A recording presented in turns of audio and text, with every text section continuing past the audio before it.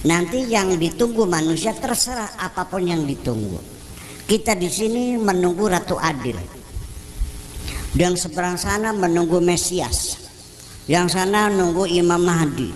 Silahkan. Saya membagikan kepada kita semua penjelasan dari seorang Kiai Syakur terkait kedatangan Mesias atau kedatangan Yesus Kristus yang kedua kali, yang mereka anggap itu adalah Isa Al-Masih yang ada di dalam kitab mereka. Dan ini merupakan jawaban dari salah satu pertanyaan dari seorang jemaatnya, dan dia menjelaskan yang menurut saya ini sungguh luar biasa, dan nanti akan saya jelaskan menurut Alkitab seperti apakah kedatangan Yesus Kristus yang kedua kali. Sebelumnya mari kita simak videonya yang berikut ini. Assalamualaikum warahmatullahi wabarakatuh. Nama saya Padli dari Lewi Kujang. Pertanyaan saya, Buya, saya suka mengikuti kajian Buya di channel YouTube-nya Buya. Kalau tidak salah, beberapa hari yang lalu Buya sempat mengatakan jika Dajjal yang disimbolkan, yang digambarkan dengan bermata satu atau yang kakinya melangkah, sekali melangkah bisa ribuan kilometer, itu hanya sebagai simbol-simbol saja. Nah, yang saya tanyakan, bagaimana dengan lawannya Buya, yaitu Imam Mahdi dan Nabi Isa? Oke. Saya tidak bisa memastikan apakah Ya'juj wa Ma'juj, apakah Dajjal, apakah Al-Masih, apakah itu semuanya kita tidak bisa memastikan. Orang yang mengatakan Imam Mahdi sudah turun, ya mangga. Tetapi saya melihat dari keuntungannya, ketika kita masih ada harapan, ada sesuatu yang ditunggu, ini sangat penting membuat kita tidak mudah frustrasi karena harapan ada. Kalau kita masih ada, baru saya bicarakan tadi itu, karena nggak ada harapan, masa depan kita sudah gelap gulita, itu frustrasi. Selagi masih ada harapan, kita masih sanggup bernafas. Barangkali besok ada harapan baru, mungkin ada kesempatan baru. Tapi kalau sudah tidak ada harapan, frustrasi. Paling-paling masang bulu nih, ngeras sepur, iya kan? Atau beli tambang. Nah, jadi terlepas nanti terbukti atau tidak terbukti, kita tetap mengatakan wallahu a'lam. Teksnya ada, ya kita percaya. Maknanya apa? Apa salahnya sih kita nggak usah lancang, tinggal bilang saja wallahu a'lam, kan boleh. Alif lam mim wallahu a'lam bimuradihi, boleh. Masa nggak boleh? Masa kita nggak boleh bilang nggak tahu? Itu daripada kita menetapkan atau menafikan, itu menjadi beresiko, wallahu a'lam. Tapi saya hanya melihat dari segi keuntungannya. Nanti yang ditunggu manusia terserah apapun yang ditunggu. Kita di sini menunggu Ratu Adil, dan seberang sana menunggu Mesias, yang sana nunggu Imam Mahdi. Silahkan nunggu bergola juga boleh, ya kan gitu. Termasuk kita ada harapan keadilan di hari akhirat, ada pengadilan. Itu minimal orang sekalipun dizalimi apapun, begitu yakin ada yaumul hisab, dia tidak akan putus asa. Nanti suatu ketika ada keadilan. Nah, itu yang penting kan begitu. Bagaimana nanti buktinya pengadilan itu, ya kita ya tetap mengatakan wallahu a'lam. Karena saya belum pernah masuk kuburan, saya belum pernah masuk surga, katanya semuanya. Dan juga kalaupun sorga yang sangat banyak diuraikan di dalam Al-Quran, namanya sorga itu lengkap diceritakan dalam Al-Quran. Sampai sekarang saya belum berani menceritakan sorga, apalagi namanya Dajjal dan sebagainya, Ya'juj wa Ma'juj dan sebagainya. Sorga yang diterangkan panjang lebar juga saya tidak berani menerangkan sorga disampaikan seperti sekarang ini. Kenapa? Itu sangat kondisional sekali. Jangan sampai kita secara tekstual menyampaikan apa adanya. Coba bayangkan, Kalau saya ceritakan nanti kalau bapak-bapak masuk surga, nanti di surga akan dapat bidadari 40. Apa yang terjadi? Ibu-ibu bapak beramai-ramai berdoa, ya Allah mudah-mudahan suami saya nggak masuk surga. Boro-boro 40 hiji be sakit. Satu aja saya sakit panasnya bukan malah 40 lagi. Tambah lagi 40 punya stafnya itu masing 40 punya 70 pengawal.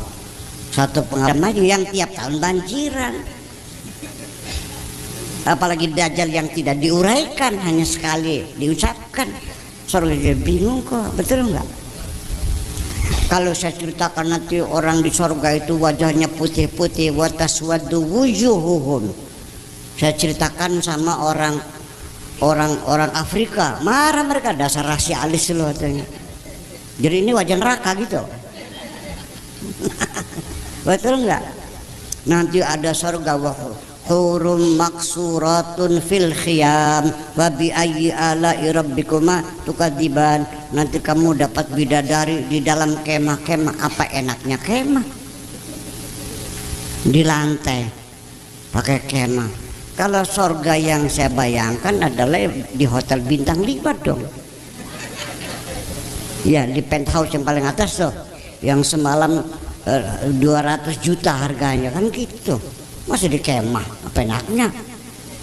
Jadi kita punya imajinasi udah berbeda. Itulah makanya kita menerangkan Al-Quran itu harus, ya itulah harus sesuai dengan kondisi kita. Jangan apa adanya, nanti jadi nggak menarik.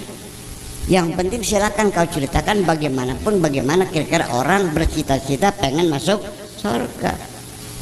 Kalau yang suka ngadu jago, katakan di surga jagonya 2 meter tingginya. Ya kan begitu. Kemudian kalau di sini yang senang artis-artis, Dewi Persik mah banyak di surga. Ya kan begitu. Yang tukang ngadu gaplek, banyak gaplek. Ada yang dari kaca, dari kertas, ya dari mutiara gaplenya, kan begitu. Seperti yang suka main cewek, katakan di sana, wah hostess banyak di sana tuh.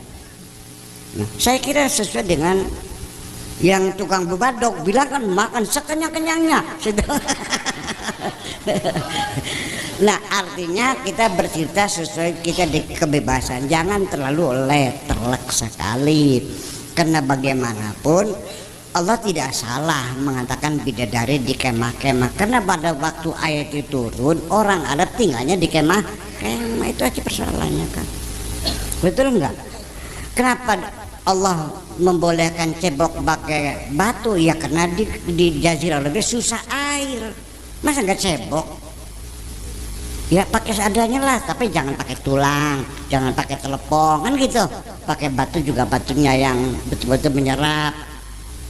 Lalu jangan sampai sekarang boleh nggak pakai tisu? Nggak boleh, karena Nabi nggak pernah pakai tisu. Ya pokoknya belum ada tisu, gimana lagi? Ya kan begitu. Nah saya kira kita harus cerdasi semacam itu. Jadi agama itu jangan diterangkan persis apa adanya, disesuaikan dengan kemampuan kita berimajinasi, kecerdasan logika kita dan imajinasi kita, sehingga hal itu menjadi menarik. Saya kira begitulah. Nah, jadi itu dia videonya Bapak Ibu. Kita sudah mendengarkan apa yang sudah disampaikan oleh Kiai Buya Syakur tentang kedatangan Mesias atau Isa Al-Masih yang mereka anggap itu Yesus di akhir zaman. Mari kita akan membahas dari persepsi Alkitab. Kedatangan Yesus yang kedua pastilah bukan suatu rahasia, tetapi akan dilihat dan didengar oleh semua orang yang hidup di bumi. Tuhan Yesus telah memperingatkan kita semua dalam Matius 24 ayat 23 sampai 26. Di dalam ayat 24 dan juga 23, pada waktu itu jika orang berkata kepada kamu, lihat Mesias ada di sini atau Mesias ada di sana, jangan kamu percaya, sebab Mesias palsu dan nabi-nabi palsu akan muncul dan mereka akan mengadakan tanda-tanda yang dahsyat dan mukjizat sehingga sekiranya mungkin mereka menyesatkan orang-orang pilihan juga. Di ayat 25, camkanlah, aku sudah mengatakannya terlebih dahulu kepadamu. Jadi apabila orang berkata kepadamu, lihat ia ada di padang gurun, janganlah kamu pergi ke situ, atau lihat ia ada di dalam bilik, janganlah kamu percaya. Juga dalam Lukas 17 ayat 23 ia mengatakan demikian, dan orang akan berkata kepada kamu, lihat ia ada di sana, lihat ia ada di sini, jangan kamu pergi ke situ, jangan kamu ikut. Bagaimana cara kedatangan Yesus yang kedua kali pada akhir zaman adalah topik yang sangat penting yang perlu ketahui tentang penjelasan dan kepastian oleh semua orang. Karena Yesus sendiri telah memperingatkan umat-umatnya akan muncul Mesias-Mesias palsu dan nabi-nabi palsu untuk menyesatkan umat-umatnya pada akhir zaman.